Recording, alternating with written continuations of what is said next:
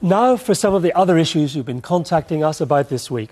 The floods, which have affected 3 million people in Pakistan, have featured prominently on news bulletins over the past few days, with some powerful and distressing images being shown. The heaviest, deadliest monsoon rains ever recorded here caused rivers to burst their banks and engulf homes before people had a chance to prepare. Hundreds drowned, others were electrocuted or crushed by collapsing buildings. Karen Besant emailed us to say, "I am absolutely outraged at the inhuman filming I witnessed on the news this evening. A quick shot of a poor old Pakistani guy holding on for his life as the waters screamed past him. I hope to God your film crew made some attempt to help. I hope this 2-second shot was salacious enough for you." And all of a sudden on Thursday, BBC News became interested in the war crimes trial in The Hague of the former Liberian President Charles Taylor.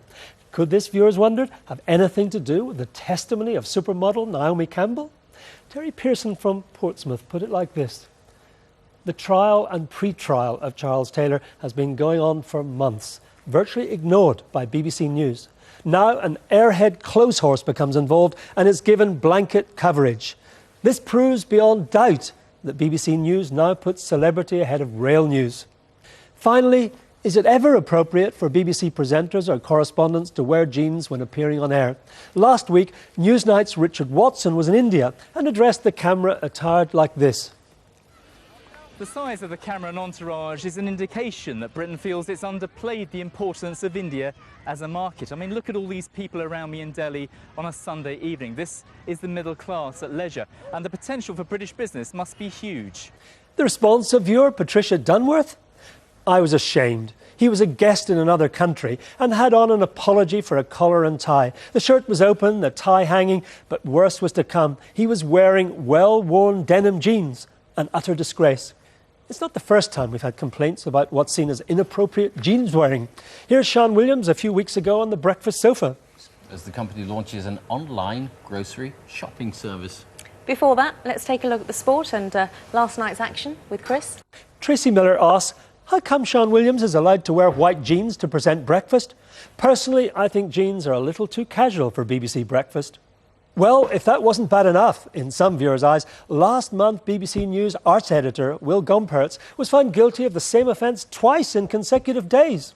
This place was closed for 3 years as it underwent a £17 million redevelopment.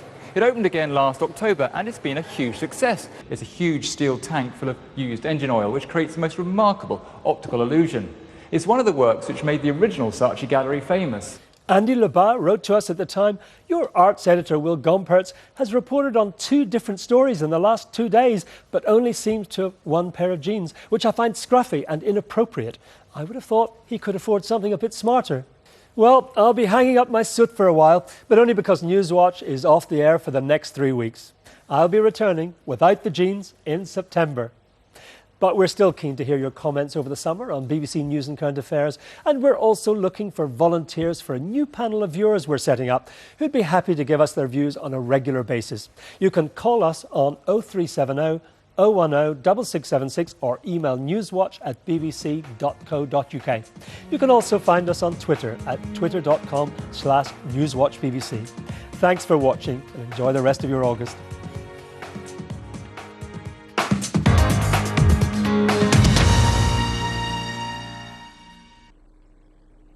And before you ask, suit trousers, okay? Now, the weather's been clothing the UK in cloud today as